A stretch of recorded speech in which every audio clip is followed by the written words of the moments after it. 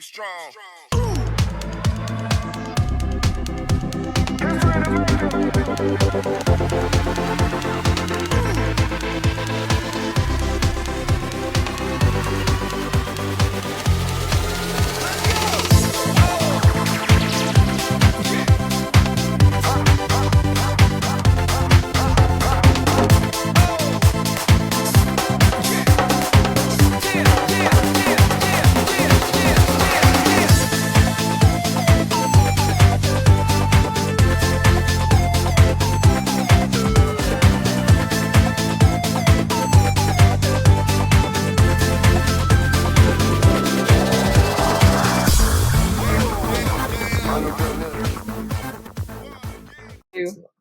Okay, so now we're live. All right.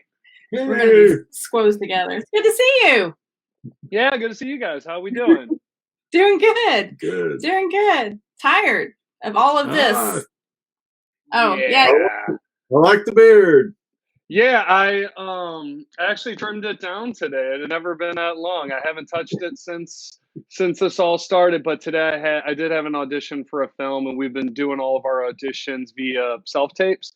So today it was for the lead of a rom-com, so I figured the grizzly look was a bit too much, so I took a lot of it off, but still haven't touched the hair. It's starting to get to that point where it's going over the ears and doing the flippy.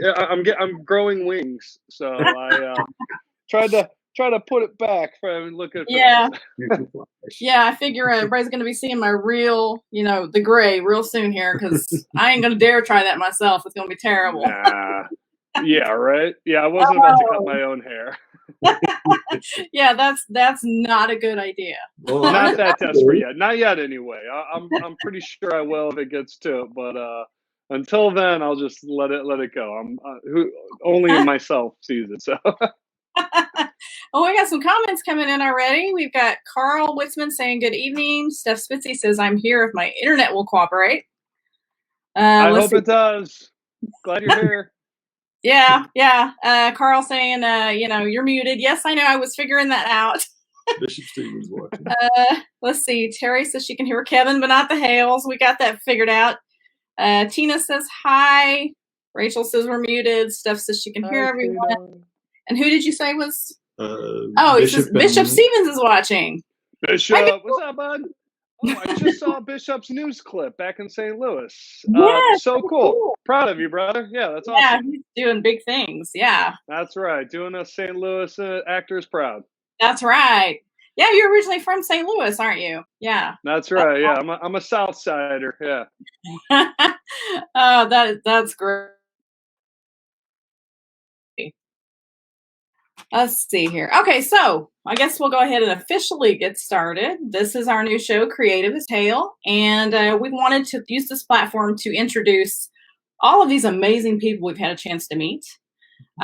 Kevin is someone we met 2016. Does that sound right? Like that. Somewhere 4 or 5 years, yeah.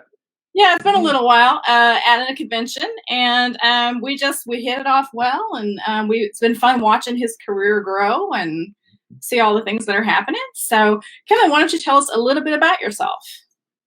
Great. I'm originally from St. Louis, Missouri. I joined the Marine Corps out of high school and then tried to play music and got a real job throughout my 20s and just always wanted to get back to the creative field and made the move out to LA whenever I went through my quarter life crisis, whenever I turned 30 years old, and moved to LA and have not looked back and been a full-time actor ever since. That's awesome. That's awesome. That is awesome. It's really hard to get started. And then what's it like to get started in what you do? I mean, you were modeling as well, right? So yeah, I still do some modeling. I've gotten away from some of the other type of modeling, but a lot of actors, they start off in the commercial world. It's much easier to book commercial work than it is theatrical. And oddly enough, the money pays better in commercials. So it seems to be the commercial and print is the way that everybody does. It's a lot easier to get experience in front of the camera. And it was really tough to get started because there's no Welcome to LA handbook. So really it's up to you to kind of figure it out. I was just going from one thing to the next, and I wasn't really sure. There wasn't quite the direction there. But every good person that you meet along the way who will give you a little nugget of advice here, and everybody's different too. Everybody's journey is different. I can't tell everybody like, oh, just I don't know, work out a bunch and show up and people will hire you. Like I Yeah. tell people that's how it worked for me, and it sounds silly, but I took every tool that I had, like every skill that I have, like I was in the military, so I know how to hold a weapon, and I could look like a soldier. So I played up to that as hard as I could. I got in some really great Marvel movies. I got on some amazing sets, and then that just led to one thing, which leads to the next, to the next. So it's all about just being open minded and knowing what you want to do, and saying yes to almost everything, but also not being afraid to say no whenever you have to. Those are the things that you say yes and no to are absolutely crucial in this I world. can So, imagine. it's Yeah. some of the offers that get thrown at you right out of the gate. It's like everybody kind of goes through that welcome to LA type stuff. And it's all just about staying true to who you are and being the best version of you and portraying that, meeting good people, and being able to weed through the crap, because there's a lot of crap that comes along with it. There's a lot of money that you could spend that you don't necessarily have to. There's people that really pander to the welcome to LA crowd. It's, oh, for Mhm. $1,000 you could have the best headshots, and for another $1,000 you will help you film this scene, and you should go to the best acting classes, which are $500 a month, and you need to do this, and it's just, it all adds up. And well, quite frankly, whenever you first move to LA, money is really tight. So you Yeah. have to be very careful about what you spend your money on, because you're investing in yourself. But at the same time, there's a lot of people that are there ready to take advantage of it. So it's Mm. just about being smart and making those calculated decisions.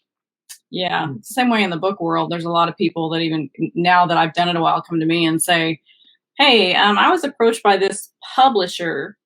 They'd like to, for, $2,000, they can get my book on the market. And I'm like, oh, you know what? You can pretty much do that for free too. Yep. So Yes, run. yes, same with us. Yeah, yeah, we hear the things of, I heard about agents and managers that charge people. I'm like, no, that's not how it works. They Oh, get a percentage after you book. You don't pay them up front, and it's amazing how many people fall for that. But if you don't know any better, then yeah. I There's a guess lot it'll to get you. learn. Yeah, there's a lot to learn in the various arts. So it's kind of scary stepping into that. I'm sure, as I know it was with the book world. I had no idea what I was doing when I first started. So yeah. Yeah, I could imagine how that is with you, because you're like, there's a ton of books out there. How do you get it? How do you get there? How do you market it? How do and then getting into self-publishing, because nowadays that we live in today, it's probably almost as viable to self-publish and just Yeah. self-distribute. Which, same thing with us. We're doing these projects that are not getting any distribution. You don't have to go through that anymore. We could do it all ourselves. We could do things. My new series is just going to be straight to Amazon, and because we pass through quality control, we could upload that ourselves. We don't need a studio or a distributor to make that happen. It's something that we can do ourselves nowadays with the online media. And then if we wanted to, we could go to, say, conventions and things like that, and then sell them one at a time to really help market ourselves. So Oh, it's that's amazing what cool. that self It is. promotion tools that we have today are really Yeah. come in handy. You mentioned that sometimes there's better money in like the modeling and stuff. I know we recently, when we were at Superman Celebration, had the conversation about the piddly little royalties we've gotten in the past. Those checks that aren't even $1 sometimes. That's right. Yeah, yeah. It's always the joke. Out here we have a bar called Residuals, and I don't know what the cutoff is. I don't know if it's $5 a check, but if you bring that check in, they'll give you a drink for that dollar. So I'm waiting for them to open back up, because my last check that I got from a TV show, I booked my first network co-star on an NBC show. It was a Shonda Rhimes produced show called The Catch that made it about 2 seasons. And I booked my first network co-star on that about 4 years ago, I believe it was. And it's funny because the checks still come in. And I guess that was a Disney corporation or a Disney underling company. Somehow I get these checks with the name Disney on them, and I open it. I'm like, oh my, what? Why am I getting a Disney check? And I open it up, and the last one was for $1.27. So that's Yeah. going to sit on my shelf. I don't know. I may just frame it and keep it. Otherwise, it's going to be more worth it for me to take it to Residuals and Yeah. go have a beer for it, because Yeah. that There dollar you go. 27 isn't going to buy me much. Yeah, definitely. Definitely. Let's see. Oh, my daughter says he's pretty. Ah, I will take that. I remember I used to be insulted by that, and at some point I got over it. It was my dad always told me that, and I remember being like a little kid, like not supposed to be pretty. I'm supposed to be handsome, and I guess Yeah, it's one of those things you eventually you just lean into. Like I'm fine with it. this is the same daughter that I had used to make out that picture to that time, and to use Yes. your parents are awesome. Yep. That's right. I still stand by that. It's still the truth. See, Rachel, you have it in on video that we're still awesome. That's right. It was real. It wasn't no fabrication there. Oh, funny. So John's looking at some of the comments on, because we're on Facebook on my author page and on my personal page. And Bishop says he's so pretty, LOL. Bishop,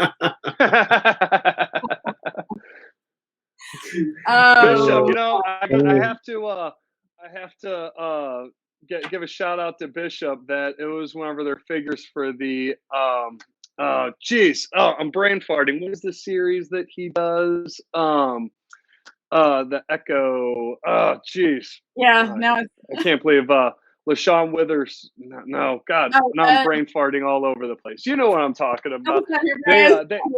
Bishop. They had their action figures done. So I had to reach out and ask them how they got that done, because that is too cool. That's what Bishop's the man. He's got his own action figures. So good for him. That's how you know you made it. He's got Funko Pops too. I actually had one of his Funko Pops. Yeah, that's what I had. I got one of those. I got a little wax waster Funko Pop. Oh, that's awesome. Good stuff. Yeah. Fun. Yeah, Mrs. Merchandise is the one that hooked it up. So awesome. Mrs. Merchandise, great quality stuff. That's awesome. Let's see. Brian says $1.27. I'm giving up writing and going into acting. I'm guessing that's more than he's made at times. Oh, geez. Yeah, I could imagine. Some of those are so funny because it's almost like, I feel like sometimes it's like spinning a roulette wheel or something like that, or you got that one ticket and spin the wheel and see what you're gonna get, see what your prize is. Whenever I get a letter from SAG, because the residual checks have they have a very familiar look, and whenever you bust it out, it's, ooh, is this going to be rent or is this going to be a pack of gum? You never know. Yeah. Bishop says, I'm not cool until I get in a Superman wardrobe. Oh, see? There you go. Well, Bishop, we had talked about you, and you didn't fit into the original Superman, but there is a sequel coming up, and boy, would you be one hell of a villain. I mean, you're about the only dude that looks like he could take down Superman. So let's keep those channels open between you and director Donald Callahan, because I think that there's something there. That is funny. So let's see. Your newest project is Job Guys. Job Guys, yeah. It's going to be available on Amazon Prime on the 24th of this month. That's right. Next Friday. It's something we've been working on for about 2 years. This is one of the passion projects of me and my longtime co-producer, Dave Beaudry. Me and him collaborated for about 5 years now. We typically do about 1 to 2 short films a year, and we've always been trying to build up to doing something bigger. It's whenever you do the short films, I mean, they just cost us money. It's not like we're making anything off these, but we do them for the experience, and I've really enjoyed the producing aspect as well as the acting.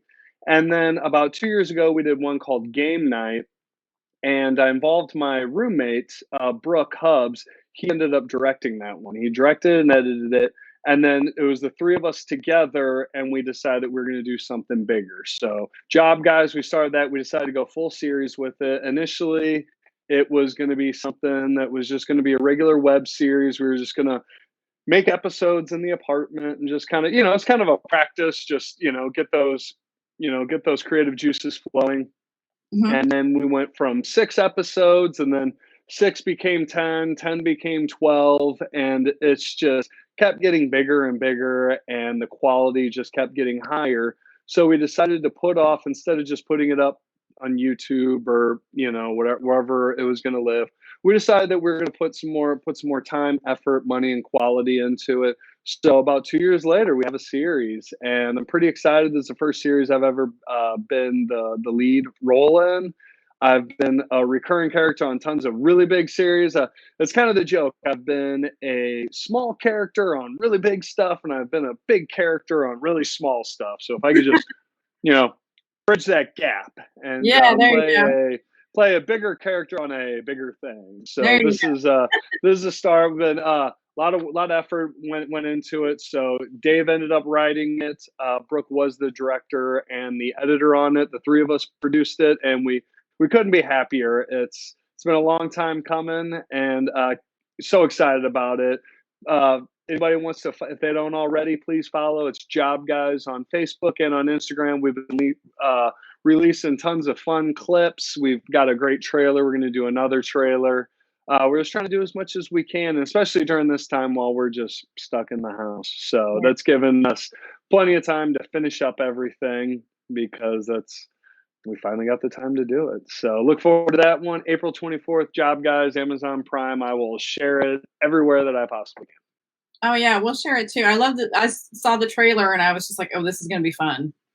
I think if I can figure the software out, I think I can share the photo. Let's see here.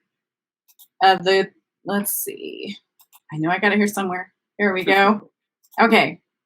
So there is the Job Guys poster. Can you guys see that? Love it. Oh, where did it go? Now my computer's doing all kinds of weird things. Okay, let's go back. I saw it for a second. Yeah, it's like being weird now. Okay, let me try that again. Yes, it's a very cool looking. Oh, I see what happened. Okay, it shut it down. Okay, I'm still learning this software. So. All right, that's all right. But anyway, was there for a minute. Love the new poster. Yeah, we've been we hold back on showing that one. We just I got that one made by a awesome graphic designer, Stephen Gilliam or Gilliam. I don't know how you say it. I've only seen it written, but amazing graphic designer. So if anybody out there is looking for artwork, hit him up. He's along the web, and I can't remember which group I initially found him in. I'm in so many good Facebook groups supporting all local artists and things like that, and the networking groups, and found him on there, and couldn't be happier with the work that he did. Yeah, it's really cool. Okay, I found it again. Maybe I won't mess it up this time. There we go. There. All right. Yeah, it looks like so much fun. There it is. Yeah, there it is. That is a cool poster. It's yeah, it was great too. What I love about the producing aspect is that I acted mostly as the casting director as well. So everybody in that poster I had previously worked with in one thing or another. So I was just going through people that I knew from my acting class, from set that I'd been on, because every time we're on set or we meet people that we like, we always say, oh man, I wish we could do this more. Or, when are we going to work on something together? And then it's so great to actually have a project that not only am I proud of, but then I could bring in very talented people and even have the opportunity to work with them again. So I was super proud of that. I think we had a cast of over 30 people on that. So it's the biggest project that I've done to date that I've been in control of, and couldn't be happier. That is fun. That is fun. So tell everybody what Job Guys is about. I know you play a character named Dominic. Yes, I play Dominic. It is about two gentlemen, Dominic and Herman, that are brothers. Not quite sure what their relation is. They're just longtime friends, and have always looked out for each other. And they run a personal protection agency, or hitmen, if you want to say it. But they do a lot more than just the hitman aspect of it. And the what makes this one different is your typical hitman duo show is that these guys are not the smartest guys. So they actually try to have a legit business. So they actually hire a secretary, they hire an accountant. They end up trying to do the business right, but it's funny that what they're doing is ridiculous. So they're constantly getting in trouble, running from the law, and just you're dealing with shady people whenever you work in a business like that. So hopefully everybody will get some laughs out of it because we thought it was funny. And so it's a action comedy, plenty of action, lots of comedy, and it all just kind of comes together. Even whenever we wrote it, we kind of went lighter on the action sequences because we were trying to stay within budgets. We were trying not to have, we're trying not to blow up cars and things like that because of course that's where all your budget will go. Yeah. But we put as much as we could. I acted as stunt coordinator on this one as well, so we tried to throw in some fun fight scenes, some some fun shootouts. Everything being done safely, of course, and it ended up being a whole lot of fun. And again, great cast on it. We have lots of good characters, plenty of funny men as well as a ton of funny women. The women really steal the show in this. Lisa Durst plays Janet, who is our secretary. She's just hilarious. Sarah Choi plays the pop star that my character Dominic is infatuated with, and she knocks it out. And then you have Mallory Stanley playing the girl who works for the pop star. And then another cool little thing is that our duo, our rivals, the cleaning crew, are two female hitmen or hit women, hit ladies, or is it just politically correct to just say hitmen? That So again, they're intimidating. They are awesome. They're badasses. So a little bit of everything in this. So hopefully there's something that everybody will enjoy. And all 12 episodes do drop next Friday. We're going to kind of treat it every week. We are going to celebrate each episode to give everybody their shine. So it's kind of a mixed match of a Netflix binge watch if you want, or we're going to do it weekly, and it should be easy to follow along. We'll kind of highlight each episode weekly to kind of give it the old school network feel. So there's something to talk about along the way, as opposed to just here's 12 episodes and see you next year. So yeah. Of course, it is nice when you drop them all at one time, so you can just sit down and binge watch, especially now that we have nothing to do right now. Absolutely, that's what we're hoping on, and then we will share it every week, just to keep it going. I really want to highlight every actor that participates in each episode, because it's almost every single episode we add a new element to it. So really trying to do that while making it binge worthy, because it's an easy watch. The episodes are short; they're all between 9 and 14 minutes. So all 12 episodes are about the length of a feature length film. So It shouldn't be too hard to binge that all in once, and while still being able to take the breaks if you need them. Yeah, absolutely. Well, if you're just joining us, we are talking with actor and producer and model Kevin Caliber. And I'm still learning my software, but let me put up his website there. There you go, kevincaliber.com. You guys can go check everything out that he does there.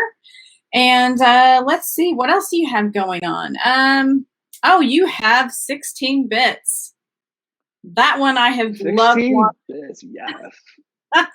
Thank you. Yeah, that's another project that we've been working on that one in development for a couple of years now. I initially shot a film called The Ugly Sweater Party with writer and director Aaron Mento. I had a small part in that one, and it was the first time that me and him met, and we just got along so well. We're the same age. We have the same interest in movies. We went down the rabbit hole of discussing movies from the 90s that we thought nobody else had watched, and realized that we were fans of all the same things, and just really hit it off. And then we decided that we wanted to do another film together with me as the star. So we decided to do the whole crowdfund thing last year, and that's when we did all the promo videos. We had so much fun doing it, and it was great working with a group that we could all be creative. It's one of those ones that's almost it may sound cliche, but it's almost like, there's no wrong answers or everybody's involved. But we literally would just throw out ideas, and it's great being part of a collective like that you feel like your voice is heard. If something's funny, like anybody could shout it out, and we'll just film it. So we did a lot of those fun promo videos, and he's just such a fun character. I love playing him. We did the crowdfund last year. We did pretty good. We raised enough to do principal photography. So we actually did get interrupted with the COVID. That's kind of a bummer. We still have a couple days of shooting left, but it's given us a chance. We have been doing the editing along the way, and it should be a lot of fun. It's going to be a crazy movie. It's just so much fun to bring a character like that to life because it's so not like me, and it's not like something that I would normally do. It's a bigger than life character, but it was a lot of fun. I actually tried to get as big as I could be for it because I wanted him to just be this massive type character. And with the wax waster, it's something that we could potentially do. Hopefully, it could be something. Who knows? It could be a franchise. It could be a series. We could keep making them. It's definitely there in the realm of it, and just so much fun. So if you don't already, 16 bits movie or wax waster are the handles that you can't miss if you're Instagram and Facebook. Please follow. We are in post production now. We still have a little bit of filming to do, but we're hoping that one will come out by the end of this year. So we're looking at fall, winter time, maybe around Halloween to get that one done. Hopefully, if everything goes well. And that's another one with this downtime being locked indoors. We have a lot of time to work on editing. So that's what we're doing. We're trying to edit as fast as we can to get it out there for everybody to see. Yeah. Yeah. Every time I saw one of the little promotional videos, and Wax is such an over the top character, he's just all there. He's all in. And watching the promotional videos, they would crack me up, all the little, PSAs that he would do about drugs and letting people know that you're home, and all of those. They were just so funny. I told John, I said, I hope this thing just takes off, because it's definitely my kind of humor for sure. And it looks so fun. Oh yeah, it is every bit as fun as what it looks. Again, it's just one of those things that because we tried to do a video every week, and we even filmed a couple of them that we never put out. They just, we're like, we'll try it. Like, why not? We're here. Let's just roll the camera. And in some cases, we did have full scripts, and other ones we would just make up. There was a couple of them and it was funny too, because I'm not a writer by trait. So for me, I would like thumb out an email, and I'd be like, and then this, and then this, and then this. And it's just no formatting, no whatsoever. And then Aaron is a writer, so he does it actually looks like a script. And then I do it, and I'm like, no, and then I'm going to do this. So I'm going to hit the guy, and it'll be fun. And they're like, okay, like, and but luckily all the guys were pretty open about that. So again, being surrounded by good people that you can trust, and you can just throw out whatever we think is funny, and just let's see if it sticks. And hopefully it does. Hopefully people won't be disappointed. It was a lot of fun making them, and it's something that I wish I could just keep on making. Max, he is so much fun. The moment that it's almost funny because a lot of them we just filmed in my apartment in front of my green screen. So we have a studio set up here in the house, and my roommate Brooke Hubbs, he really helped out on that one. He's a producer on that project as well. So we're doing most of the stuff just in house, and it's funny because people show up, and I'm just dressed casually, and then we get everything set up and the lights and all that, and I just leave the room, and then I go like put on the outfit. And then I come walking out, and it's just like there's something about it. Like I don't know if it's like the moment like the headband goes on, or if it's like I don't know. Like I look in the mirror, right? As I like tie it on, and I'm like get in that character. I was like, all right, here we go. And I walk out, and from the moment that I walk out, all of a sudden my voice changes, and here it's time for wax, and let's do this. And it's just so much fun. I get so excited whenever I get to do wax. So have a lot of fun. I certainly hope that it translates to the screen. I hope you guys could tell how much fun I'm having by what we put out there, because they really are. They're over the top. They're funny. It's kind of my joke, is that it's like my WWE character. Like if I was a wrestler, like that's him. There you go. He's just, the moment that his music hits and he stomps his way to the ring, he's ready to go beat up somebody. Oh yeah, I'm looking forward to it. It's so great. Let's see, we have a couple comments. Rachel says, we're all very blessed that we get to see your creativity come to life. You do amazing in every project, and can't wait to see how much farther you're going to go. Oh, thank you. I really, really appreciate it. That's something that, like I said, has been one of the most enjoyable about being surrounded by good people, is that I get to have my chance to be a little creative as well. Whenever you're an actor, it's you fall so much succumbs to a director or writer's vision that in a lot of cases I get no creative control. It may be in the way that I say a word, but that's really about it. Even some directors or writers will even give you line reads and say, no, say it like this. And then, which is fine because you're bringing their vision to life. And then that's one of the good things with, like, say, Job Guys or with 16 Bits and the Wax Waster character is that I kind of have a say-so on it. And that's what makes it so much fun, is that I love being a producer because, like I said, I'm not a writer by trade, but I like to think that, I know it's funny from time to time. So it's like, why not? Let me punch this joke here. Let me do something stupid there, and actually have somebody who listens. Because I got no problem with being on big sets. As you know, I work on a Tyler Perry show, and he's the writer, producer, director. So I'm not bringing too much creativity to that. I'm just helping him bring everything he wrote to life, as well as, say, Future Man with a Seth Rogen and his team. They're comedic geniuses, basically. Yeah. And there's not, they already decided who Blaze was. And I'm just trying to make them, do the characters some justice. So it is fun, and nothing wrong with that. Both ways are both very good for me, and I have no problem working with people like that and bringing their stuff to life. It's all good, every aspect of it. That's awesome. Steph Spitzix is definitely going to be following these. Looking forward to watching them. And you say we had another comment somewhere else? Janelle's going to be following him. Janelle says she's going to be following. She's got to get back to work, but she's a nurse. Awesome. So she's working hard for us all. Cool. Thank you for everything that you do. Very much appreciate it. And so she will try and check back later. Said, Kevin, it was great hearing about what we've got coming up, and can't wait to watch it. So awesome. Wonderful. More stuff coming constantly. It's I'm in a really good place right now with my projects. Of course, season 3 of Future Man just came out 2 Fridays ago now, April 3rd. So all 3 seasons are streaming on Hulu. I show up in every single season, not every episode. I'm in every season.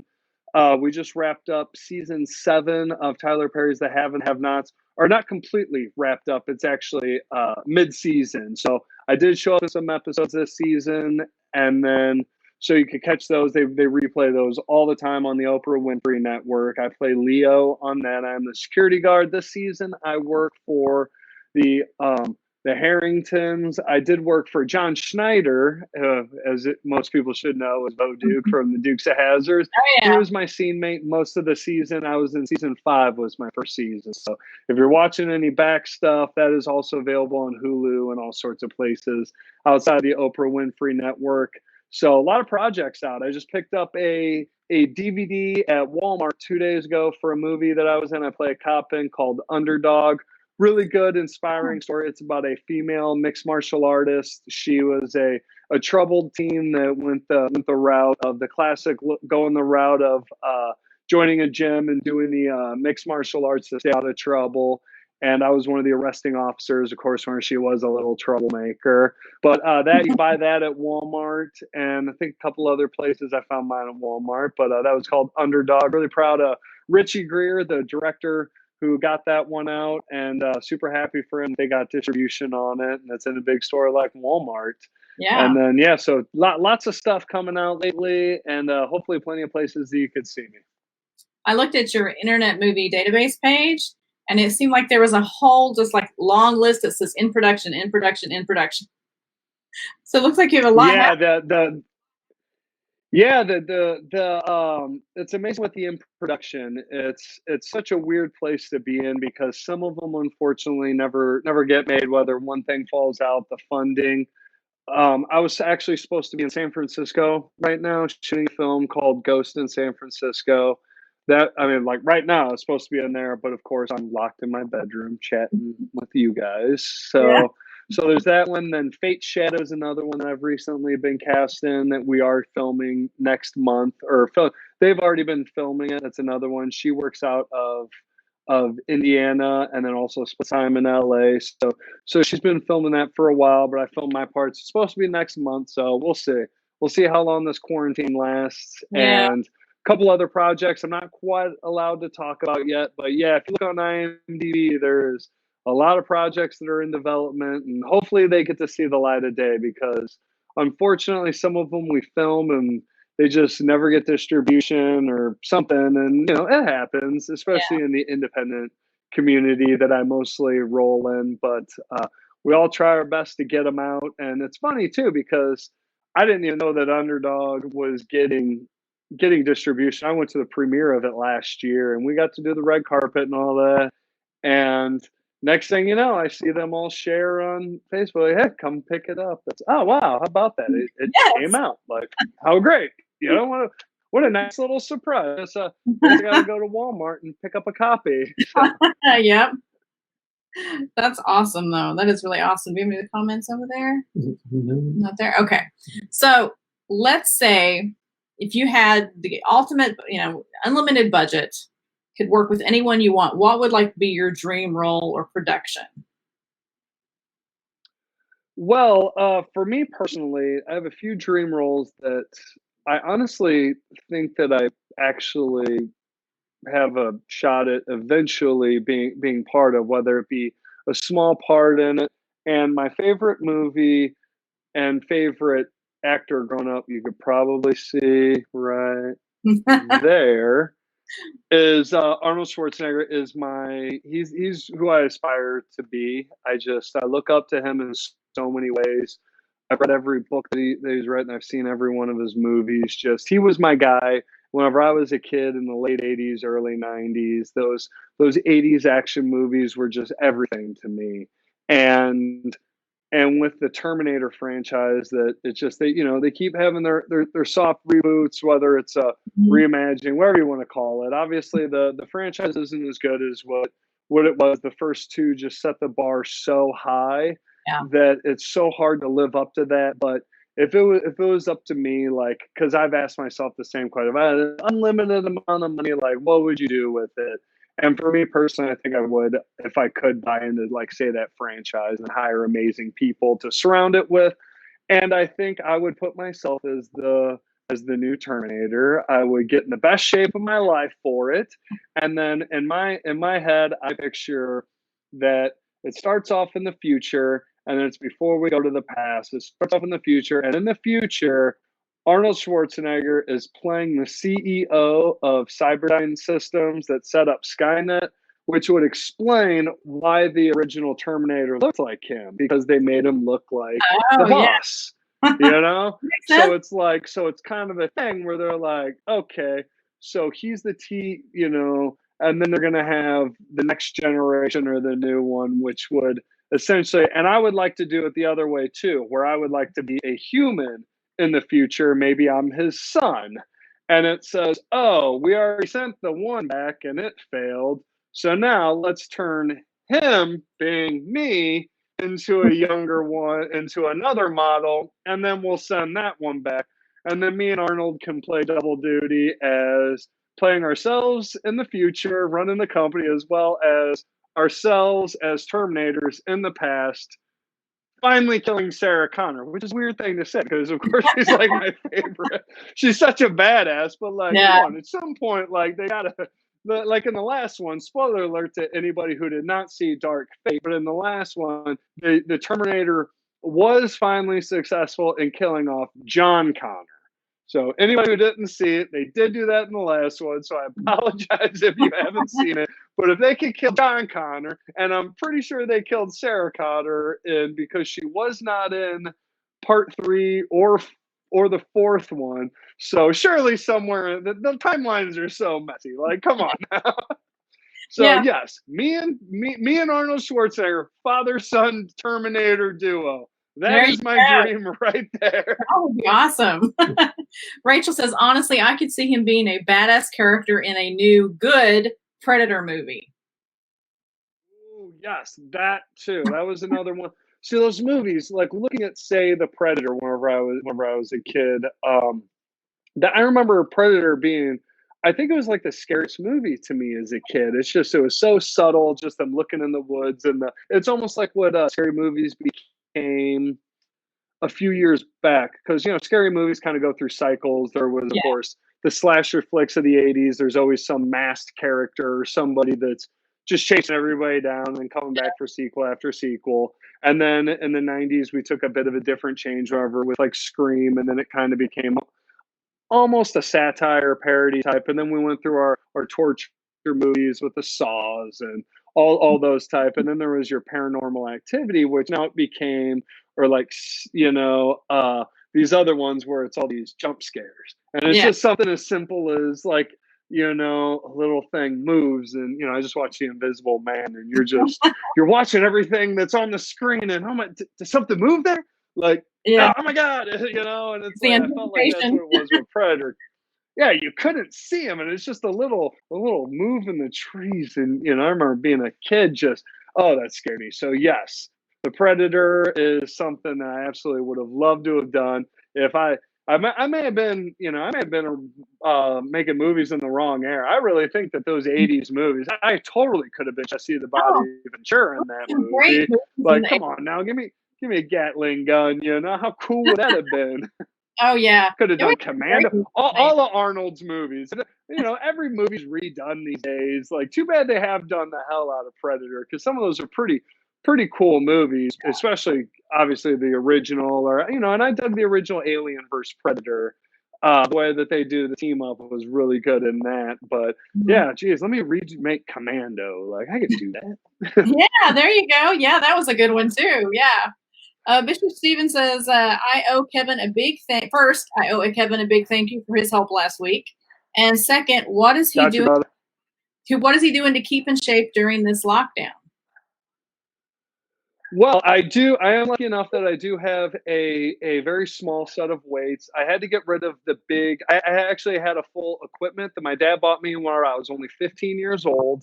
Unfortunately, whenever I moved to LA, I just didn't have the space to keep it, but I did keep all of my dumbbells and a small bench. So I've just been doing the at-home workouts as much as I can. I have a subscription to Beachbody on demand. I was lucky enough, I have done videos for them. You could work out along with me if you do 6 weeks of the work or a week of hard labor with Sagi, who is the Body Beast. And right now I'm rotating between their Body Beast program, P90X, the original OG at-home workout, as well as Body Beast. So between those, I'm doing everything that I can. I've been getting outside to run as much as I can, but it's just not the same. I'm actually down about 10 pounds. It's amazing how the average person thinks it's hard to lose weight. Wow. I got news for you. It's really, really tough to keep on lean, healthy mass. It's I would have to eat everything. There's so much time and effort that goes into being large that now that I don't have the heavy weights to lift anymore, because my dumbbells only go up to 40, and let's be honest, it's just not enough weight. I mean, I was squatting 300-400 pounds, deadlifting 300-400 pounds. There's just those 40-pound dumbbells just don't add up. But it's certainly better than nothing. They are very challenging. So anybody out there, Beachbody is really cheap. Whether you have a little bit of equipment or no equipment at all, it's really cheap. It's geared towards every single person, from the beginner to the advanced. And beyond that, I get on YouTube, and I do lots of videos on there. Again, it's not the same as the gym. I'm sure, like Bishop, we're used to going to the gym, and we're creatures of habit. And I go to the gym anywhere on average, between 6 and 10 times a week. A lot of times I do doubles. I'm going in the morning and then again in the afternoon, evening, because it is such a part of my life that now I guess I'm going to go for a jog around the neighborhood and throw these 40-pound dumbbells around for a while. Not quite the same, but anything to get it. This isn't forever. We're all in it together. So if anybody ever needs any tips or any recommendations on videos on what you would want to do for yourself, please hit me up. I'm happy to share anything that I can. Again, we're all in this together. So anything you can do to help out your neighbor or somebody in need, please do. Yeah, absolutely. We had just started going to the gym regularly when all this happened. So I feel like, I'm really going to start all over when we get back into it. But I'm I'll be looking at Beachbody because I want to do some stuff from home that'll kind of help me stay in at least some kind of shape until I can get back into the gym. Yeah, for sure. I think you'd really like it. They have so many programs. I think they're up to 83 different programs. Everything from yoga and bar to the mixed martial arts. They have so many boxing program, kicking, and all that, and then the full on weightlifting programs. Like I said, everything with some of them are no equipment necessary. Some of them are use everything that you have.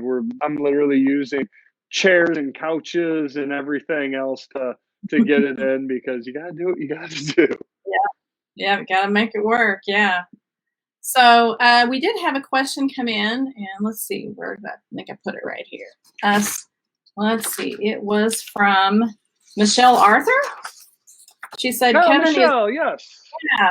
She said, Kevin is our new lead actor, Zach, for the SAG feature film Faith's Shadow, the whole story. A question you can ask him is if he does anything differently in how he prepares for lead role shoots versus supporting roles, or how does he feel about the differences between lead and supporting roles? Oh, yeah, very, very good question. Mhm. For lead roles, I do make it a point to read the entire script, sometimes several times. A lot of times, if you're playing the lead, they do offer up the entire script before, where a lot of times with day player roles, they give you your little piece and that's it. Every now and again, they will offer you the full script. So what I tend to do whenever it is a full script, I will read up until that point of the scene so that I don't already know where the actor has already gone. Like, because you kind of lean into things, you know what's going to happen, and it gets a little trickier if it is something that you have already read. There's different actors that do it different ways. Somebody that I obviously is someone that every actor should look up to is Sir Anthony Hopkins.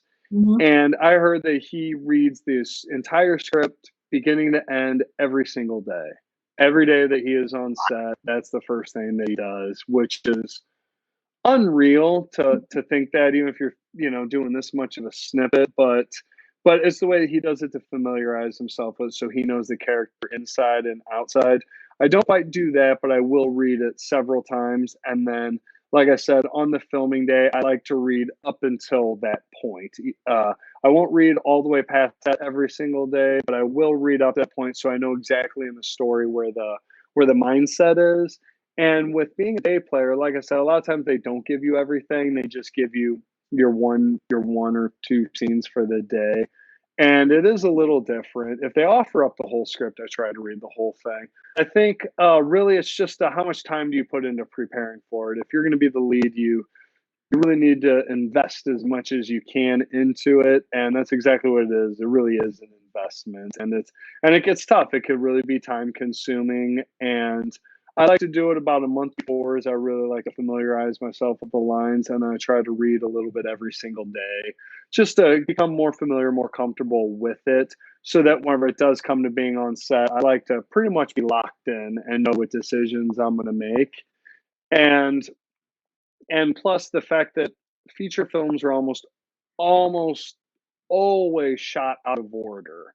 So that's where it comes into with reading up to that point because if you just come in and you're just reading your part for that day, you're going to play it differently if it's on page 5 as if it's on page 85. You have to know where you're at in the story, especially being a lead because being a lead character, the typical storyline is, the the 3 act structure of going through it, and then you have the act 2 downfall, the act 3 reclamation, and all these types of things that you want to kind of know where you're at in that.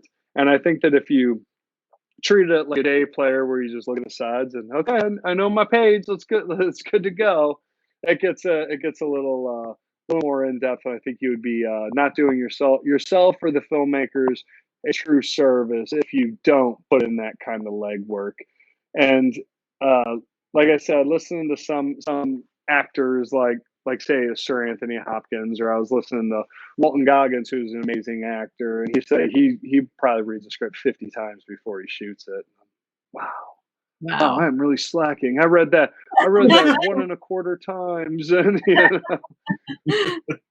but then Yeah. again, I think that that's where it falls into with the obsessive types. Not Oh, not to say that they're obsessive, but with the people that really do put in all their effort, all their time and all their effort into it, you could tell with yeah, their work. That is yeah, for sure. very passionate about making sure they nail that. And I could see, because I mentioned it's kind of like writing. If I'm writing a chapter, I don't generally write out of order.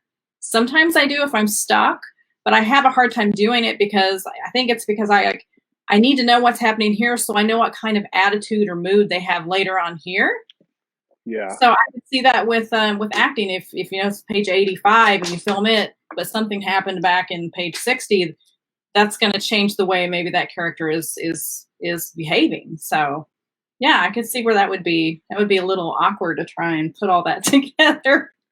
Yeah, absolutely. And there's a couple. I'm just such a student of film. I'm just such a nerd that I listen to every pod that I could get my hands on about the process or about actors that I like, just about hear how they do it, as well as I love DVD, Blu-ray extras with the making of the behind the scenes Yeah. because I just love the process of it. And with that, there's been some pretty cool ones, like whenever we did District 9. I don't know if you guys are familiar with that sci-fi film, but in that one, he's progressively getting sick and changing. His body's changing as he's going through it. So he always had the scale.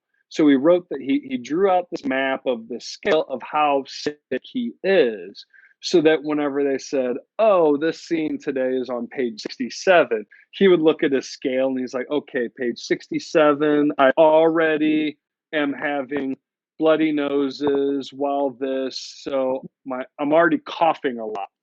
And Yeah. he's like, "Okay, like now we're here." Because if you don't have that planned out strategically ahead of time, because there is the script supervisor will help you with that if you have a good script supervisor. They're not just there to read the lines, but they're also really helping with continuity. It could be something as much as if you're wearing the same outfit the whole time and you're shooting out of order, but on page 63 you spill something on your shirt or you take your tie off, and now you better make damn sure that up to page 63 you're wearing that tie, and Yeah. after page 63 that tie is not on, because with so many moving That's parts that. and shooting over months and years sometimes, it's Yeah. a lot to keep track of. Oh yeah. Oh So yeah. it's and as actors that falls on us, because it should be, theoretically it should be on filmmakers, and there's people, like I said, like a script supervisor, who say he takes his tie off, they need to make sure to write a note in it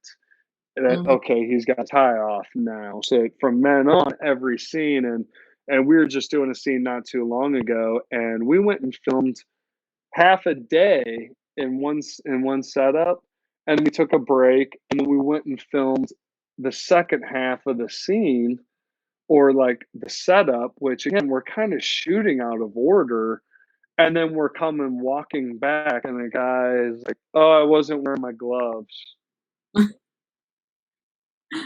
What Oh. when did you take your gloves off? Like, what? Like, do were they off all day? Like, what? You oh no, like, what do we do? Do we start over? Do we go back and reshoot everything? We went back and we looked at the footage, and oh man, we could cut around it, and this shot's not usable. You could tell it clearly, because to have somebody who has an eye for it, it's Yeah. tough, Yeah. when we start picking apart those things. And it's funny too, because sometimes you get stuck in an edit where you see something happen, and then the gun goes from a guy's left hand to his right hand or something. Oh yeah. You're like, Yeah. that was the best take. We can't, especially if all of a sudden it's a month or two later and you're in editing, you're like, wait a minute, Oh he no. wasn't wearing his tie. Yeah, yeah. I know, that's why I depend so heavily on like my developmental editors and my proofreaders to find things that, because I'm so immersed in the words that I don't catch things like, I'll skip complete like words when I'm typing, and then I'll later on I'll be like, well, that sentence makes absolutely zero sense Name because change. yes, I just had recently, I have a book that's been out for like 2 years, and somebody just said, by the way, did you know that at one point Chance's name changes to um, Chase? I said, no, I just, that guy's got two names in the book. Yeah. So it's kind of weird because you're so immersed in what you're doing that you kind of blot out the mistakes until later, and then you're like, oh crap.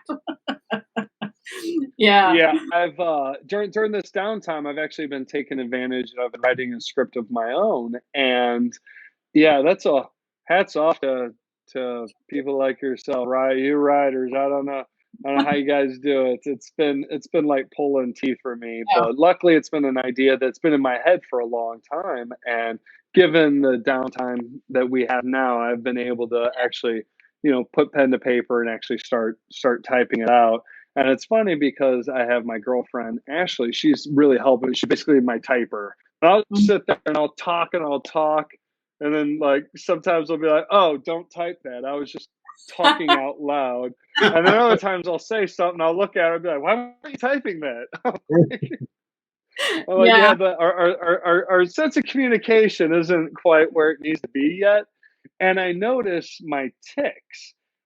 I notice almost every single sentence where people start to talk, they say, "Yeah," and then they start talking. I was like, "Why do I do that?" It's Yeah. like, I think "Yeah, we can go there. Yeah, I think that's a good idea. Yeah, well, I can pick you up if you want. Yeah, sounds good to me." I'm like, "Ooh, yeah. get rid of that," and then I'll find myself saying the same lingo over and over, and I'm like, "Ah, yes, I need a proofreader." Yeah, thesaurus.com is one of your best friends. I'm telling you what. Oh, I know with Very nice.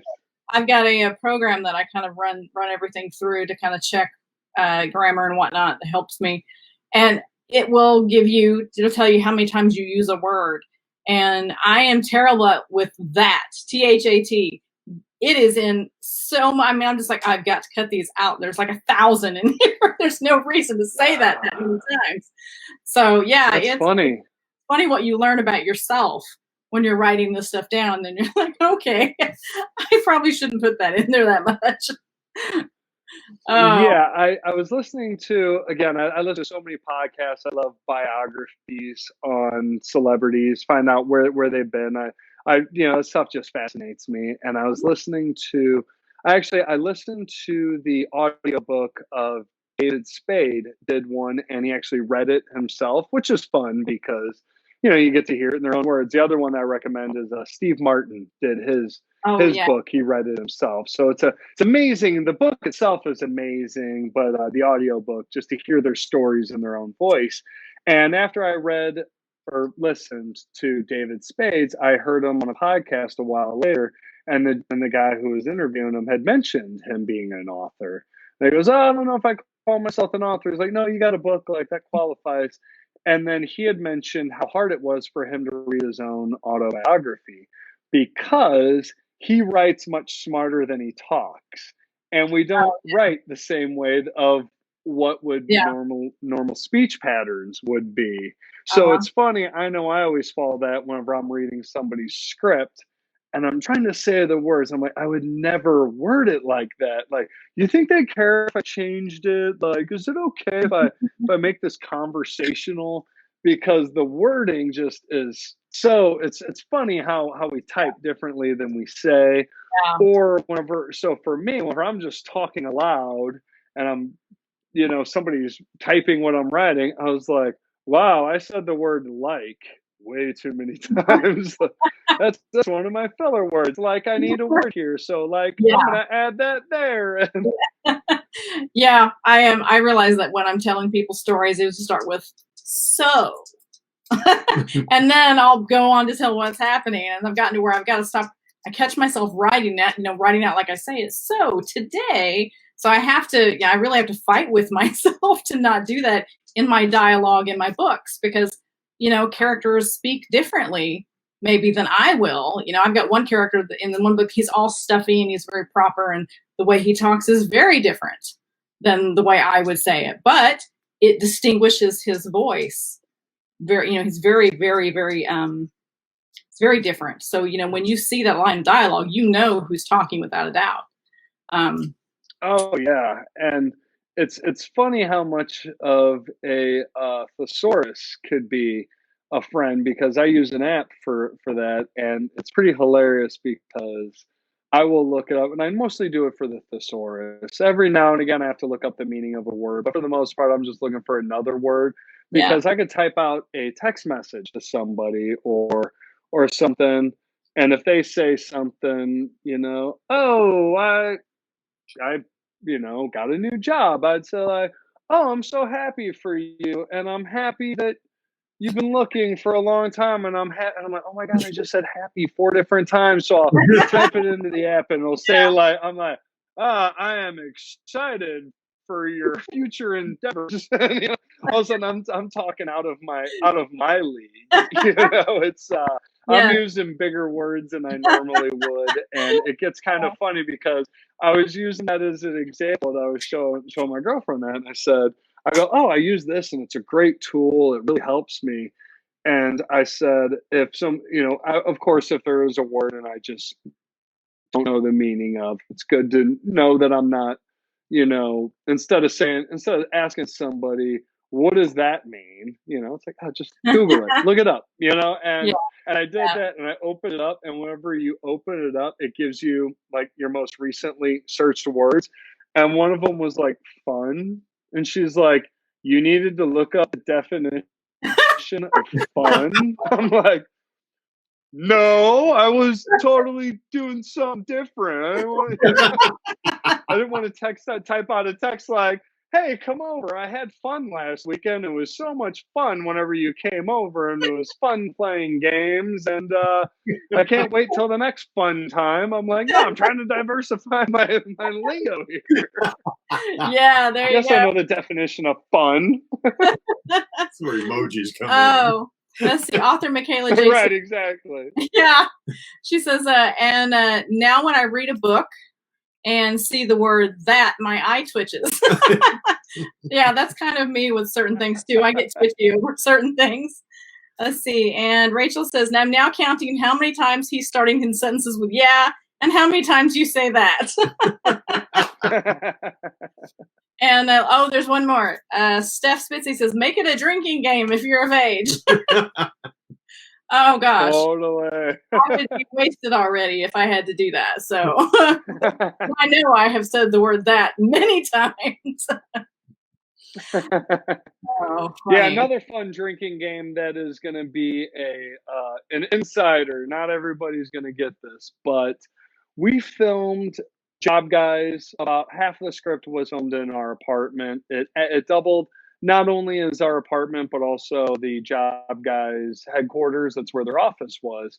And I do have a dog, and she's really good about, she's sweet, she's quiet, but if I was to say put her in her cage, then of course she would want out. If I was to put her in the other room, she would scratch at the door. So just to prove that to you, she has been sitting right here at my feet this whole time, just as quiet as can be. This is Mika. Yeah. So she's super chill. But if I was to put her outside of my bedroom, if I thought, hey, I'm recording a video here, I need her out, she would have been scratching the whole time. So I figure it's easier for me to just set her down on the floor or put her on the bed, and she'll just be quiet. So while we're filming Job Guys, we decided that instead of trying to find a dog sitter to watch her every single time we were filming, or put her in the other room, try and keep her quiet, somebody would have always had to be in charge, we decided to just let her be around the apartment. If she shows up on camera, she shows up on camera. She was not written into the show at all.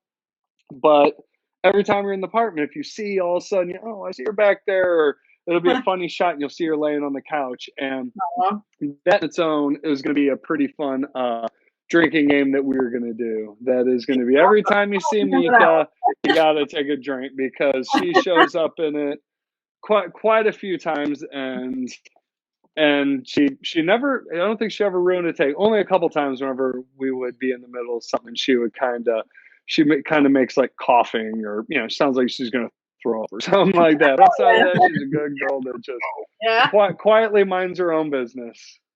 Yes, Steph Spitzy says, I have peanut butter whiskey. I'd be wasted really quickly. Ooh, baby whiskey. That'll do it. Baby sips of that. Yeah. Author Michaela just said, just like Amy's cat. Yes. We have our dog and our cat, and they chase each other constantly through the house. The cat's always hissing at the dog. The dog is always just excited to play with the cat. She wants nothing to do with him. So we usually have one of them at the door trying to get in at all times when I'm in my office here. And at night, we actually have to make sure the dog is in that. He used to sleep out in the garage so he didn't get into stuff like he did this morning.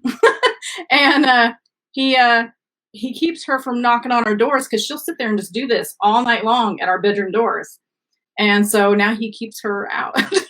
So it's weird. It's weird. Let's see. Brian says, yeah, we'll become the from this point on. You know. Oh, yeah. Steph said she's going to try the drinking game. So, yeah, when we're watching Job Guys, we all got to have our shots. And let's see. Rachel says, Dusty has the video playing in the background while we game, and as soon as he said dog, he switched his tab so damn fast. Yes, her boyfriend Dusty. So we have any more questions before we sign off? No. Looks like we got them all. All right. Well, it's we've been going a little over an hour, and we thank you so much for taking time out to chat with us tonight. Help us, break the bottle on our first show. And we really appreciate everything that you've done, and we're looking forward to seeing all that you've got coming up. And I'm definitely putting Job Guys in the watch list. So looking forward to it. And thank you. I really, truly appreciate you. I appreciate you having me on. So cool. And I'm honored that it is the first one. I look forward to your future guests and future shows. You guys are always a pleasure. I always try to chime into your guys' little lives every time you guys are on, every chance that I get. And it's always a pleasure seeing you guys and hearing from you. And just great times. Thanks so much for having me. Please give me a follow anywhere on Facebook, Instagram, anywhere else, Twitter, I don't really tweet, but if you want to follow me there, if you're into that, it is Kevin Caliber LA.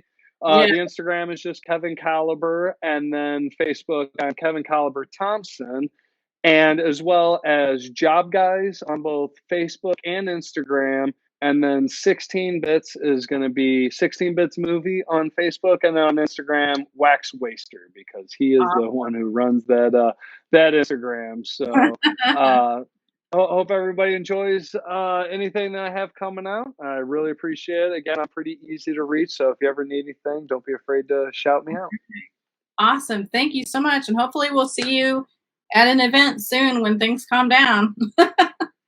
I certainly hope so. I was hoping to be out there next month, but it's not looking too good. So might have to be a little bit later, but I will return, and I will make sure to let you guys know.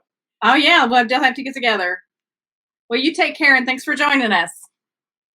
All right. Good to see you. Bye-bye. Be strong.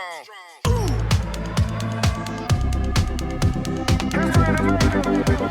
strong.